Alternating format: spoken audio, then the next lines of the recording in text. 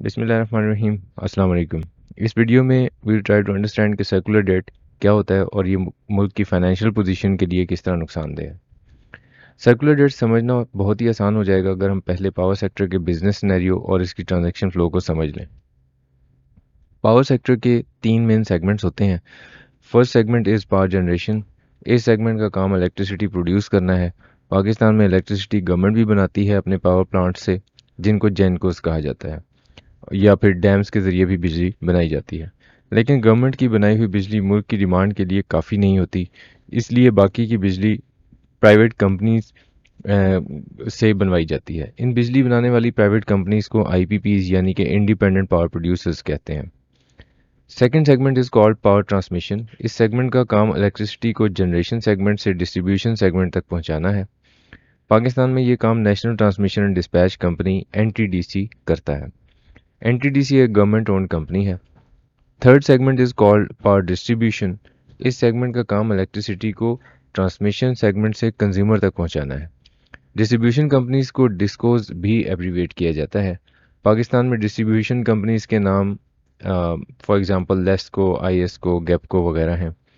Mainly तीन type के electricity consumers होते हैं, डोमेस्टिक, कमर्शियल और इंडस्ट्रियल। इनको बिजली डिफरेंट रेट्स पे दी जाती है। सारी डिस्ट्रीब्यूशन कंपनीज जो पैसा इकट्ठा करती हैं और इकट्ठा करके जिस इदारे को देती हैं, उसका नाम सेंट्रल पावर परचेज एजेंसी है। इसको सीपीपीए एब्रीविएट किया जाता है। सीपीपीए फिर एनटीडीसी और पावर प्रोड्यूसर्स को पेमेंट्स करता है ताकि वो अपने एक्सपेंसेस मीट कर सकें। इस पूरे पावर सेक्टर के मेन रेगुलेटर को नेपरा कहते हैं। NEPRA is national electric power regulatory authority, और नेपरा का मेन काम इलेक्ट्रिसिटी की कीमत मुकर्रर करना है। यानी पावर प्रोड्यूसर से जिस कीमत पे बिजली खरीदी जाएगी और जिस कीमत पे कंज्यूमर को बेची जाएगी, ये नेपरा डिटरमिन करता है। पाकिस्तान में पावर ट्रांसमिशन और डिस्ट्रीब्यूशन दोनों ही गवर्नमेंट की मिल्कियत है, लेकिन पावर जनरेशन में प्राइवेट सेक्टर कंपनीज हैं। इन कंपनीज ने मेनली फर्नेस ऑयल से इलेक्ट्रिसिटी जनरेट करनी होती है, और ये फर्नेस ऑयल इनको अगेन गवर्नमेंट की ही एक कंपनी प्रोवाइड करती है जिसका नाम पाकिस्तान स्टेट ऑयल है। पीएसओ फर्नेस ऑयल को इंपोर्ट करके आईपीपीज को देता है। ट्रांजैक्शन फ्लो इस तरह से है कि जब डिस्ट्रीब्यूशन कंपनी कंज्यूमर से बिजली के बिल के पैसे लेती है, वो ये पैसे सीपीपीए को दे देती है।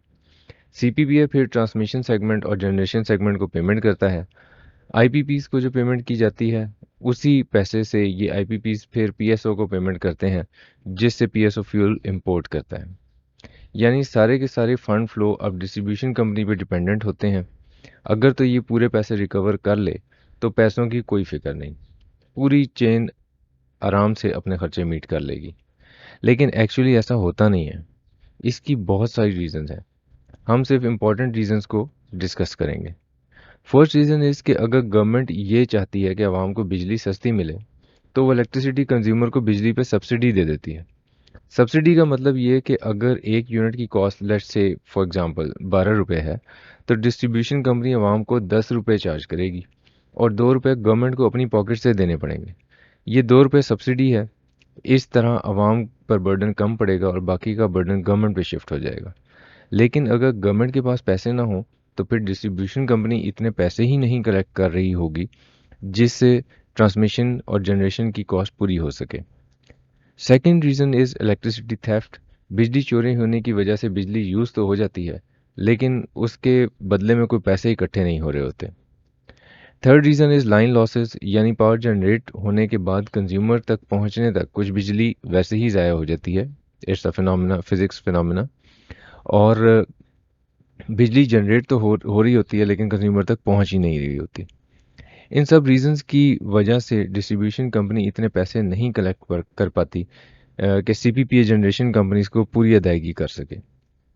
अब अगर सीपीपीए पूरे पैसे नहीं देगी, तो फिर पीएसओ से फ्यूल नहीं खरीदा जा सकेगा।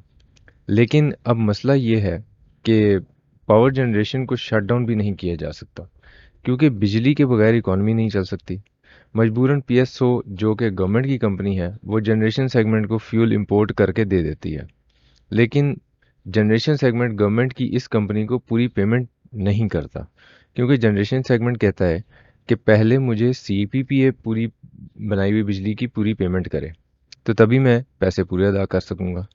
यानी एक तरफ पीएसओ जनरेशन कंपनीज़ को कहता है कि पैसे दो, तो दूसरी तरफ यही कंपनी सीपीपीओ को कहती हैं कि तुम मुझे पैसे दो।